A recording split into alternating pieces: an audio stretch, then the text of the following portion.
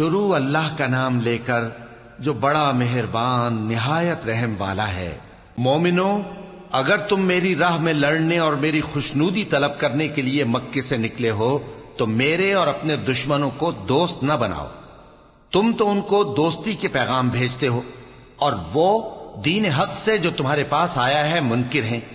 اور اس وجہ سے کہ تم اپنے پروردگار یعنی اللہ تعالیٰ پر ایمان لائے ہو، پیغمبر صلی اللہ علیہ وآلہ وسلم کو اور تم کو جلا وطن کرتے ہیں۔ تم ان کی طرف پوشیدہ پوشیدہ دوستی کے پیغام بھیجتے ہو، اور جو کچھ تم مخفی طور پر اور جو علل اعلان کرتے ہو وہ مجھے معلوم ہے، اور جو کوئی تم میں سے ایسا کرے گا وہ سیدھے رستے سے بھٹک گیا۔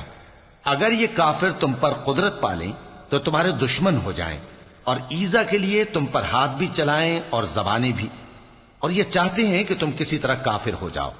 قیامت کے دن نہ تمہارے رشتے ناتے کام آئیں گے اور نہ اولاد۔ اس روز وہی تم میں فیصلہ کرے گا، اور جو کچھ تم کرتے ہو اللہ اس کو دیکھتا ہے۔ مسلمانوں، تمہیں ابراہیم اور ان کے رفقا کی نیک سیرت کو اپنانا ضروری ہے۔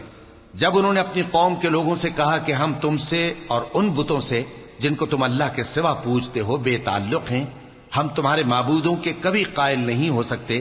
اور جب تک تم ایک اللہ پر ایمان نہ لاؤ ہم میں تم میں ہمیشہ کھلم کھلا عداوت اور دشمنی رہے گی۔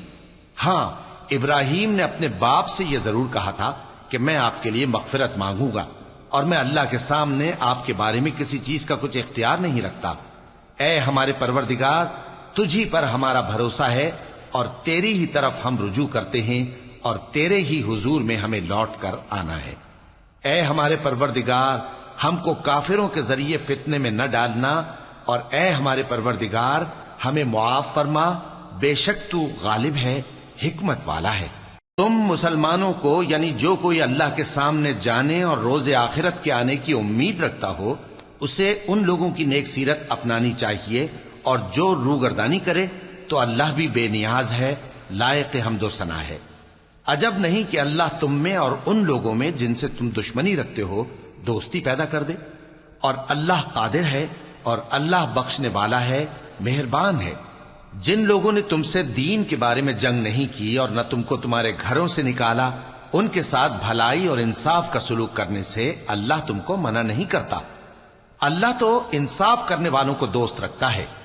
اللہ انہی لوگوں کے ساتھ تم کو دوستی کرنے سے منع کرتا ہے جنہوں نے تم سے دین کے بارے میں لڑائی کی اور تم کو تمہارے گھروں سے نکالا اور تمہارے نکالنے میں اوروں کی مدد کی۔ تو جو لوگ ایسوں سے دوستی کریں گے وہی ظالم ہیں۔ مومنو، جب تمہارے پاس مومن عورتیں وطن چھوڑ کر آئیں تو ان کی آزمائش کر لو، اور اللہ تو ان کے ایمان کو خوب جانتا ہے۔ سو اگر تم کو معلوم ہو کہ وہ مومن ہیں تو ان کو کفار کے پاس واپس نہ بھیجو کہ نہ یہ ان کو حلال ہیں اور نہ وہ ان کو حلال ہیں،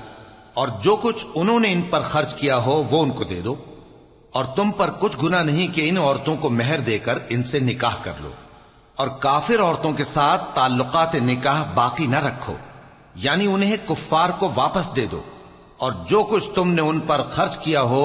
تم ان سے طلب کر لو، اور جو کچھ انہوں نے اپنی عورتوں پر خرچ کیا ہو وہ تم سے طلب کر لیں۔ یہ اللہ کا حکم ہے جو تم میں فیصلہ کیے دیتا ہے، اور اللہ جاننے والا ہے، حکمت والا ہے۔ اور اگر تمہاری بیویوں میں سے کوئی تمہارے ہاتھ سے نکل کر کافروں کے پاس چلی جائے اور اس کا مہر وصول نہ ہوا ہو،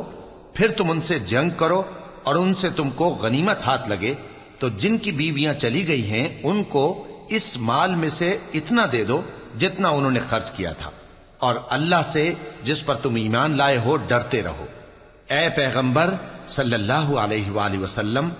جب تمہارے پاس مومن عورتیں اس بات پر بیعت کرنے کو آئیں کہ نہ تو اللہ کے ساتھ شرک کریں گی، نہ چوری کریں گی، نہ بدکاری کریں گی، نہ اپنی اولاد کو قتل کریں گی، نہ اپنے ہاتھ پاؤں کے درمیان کوئی بہتان باندھ لائیں گی، اور نہ نیک کاموں میں تمہاری نافرمانی کریں گی، تو ان سے بیعت لے لو اور ان کے لیے اللہ سے بخشش مانگو، بے شک اللہ بخشنے والا ہے، مہربان ہے۔ مومنو، ان لوگوں سے جن پر اللہ غصے ہوا ہے دوستی نہ کرو، کیونکہ جس طرح کافروں کو مردوں کے جی اٹھنے کی امید نہیں، اسی طرح ان لوگوں کو بھی آخرت کے آنے کی امید نہیں۔ صدق اللہ العظیم۔